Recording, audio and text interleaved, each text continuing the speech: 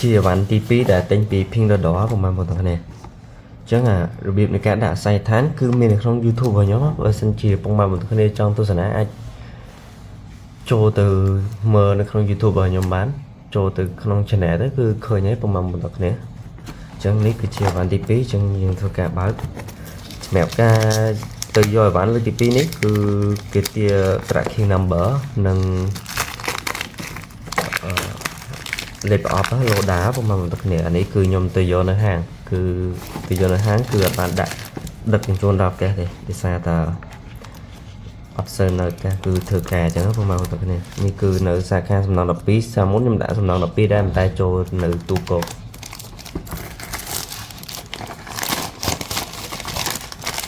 ដាក់បើកមក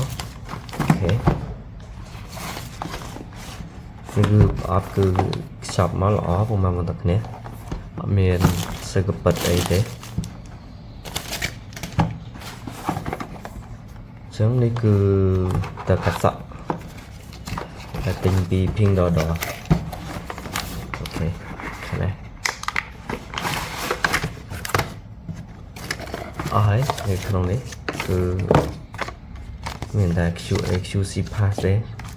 នេះគឺមានក្រាស់សក់មួយគេដាក់ឲ្យក្រាស់សក់មួយនេះប៉ុងដោយសារ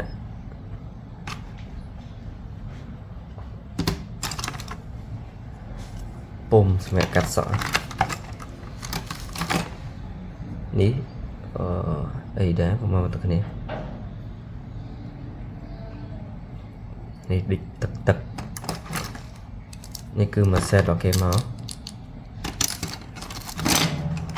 ចឹងដល់វាតើវិញ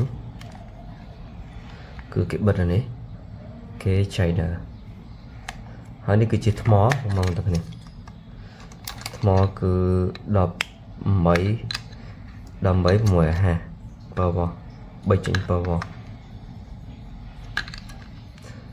800 មីលីអ៊ែមពែអញ្ចឹងយើងអាចដាក់អាធំជាងនឹងក៏បានដែរបើសិនជាយើងមានណា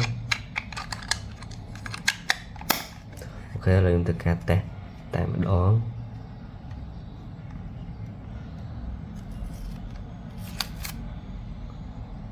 អូខេបិទអានេះនៅក្រោមនេះសំឡេងទៅកាត់សក់មកទៅនេះគឺលេងតាមសាយគេអាច switch បាន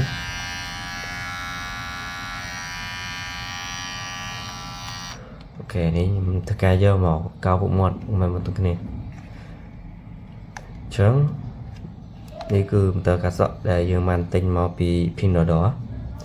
ចឹងខ្ញុំបានទិញមួយពីថៅបៅចឹងដោយសារដឹកអស់មួយរៀលចឹងខ្ញុំធ្វើការទិញពី Pink Dodo មកគឺយើងអត់គិតថ្លៃដឹកទេតម្លៃប្រហែលគ្នាចឹងយើងចំណេញថ្លៃដឹកជាមួយតាម Pink Dodo ចឹងវីដេអូនៃការបង្ហាញគឺមានតែប៉ុណ្្នឹងទេបើសិនជាមានចន្លោះខ្វះខាតសូមតាខន្តីទៅផងដែរហើយសម្រាប់ពុកម៉ែបងប្អូនទាំងគ្នាដែលចង់រៀនបំពេញអាស័យដ្ឋានអាចទៅមើលនៅក្នុង YouTube របស់ខ្ញុំបានខ្ញុំបង្ហាញពីរបៀបនៃការដាក់អាស័យដ្ឋានណាពុកម៉ែបងប្អូនទាំងគ្នាសម្រាប់ការទិញពី Pink Dodo ចឹងអត់មានអីទេបើសិនជាវីដេអូនេះមានប្រយោជន៍ដល់ពុកម៉ែបងប្អូនទាំងគ្នាអាចធ្វើការ Subscribe នៃ Channel របស់ខ្ញុំបានពុកម៉ែបងប្អូនទាំងគ្នាដើម្បីទស្សនាវីដេអូថ្មីៗទៀតជួបគ្នាវិញនៅវីដេអូក្រោយពុកម៉ែបងប្អូនទាំងគ្នា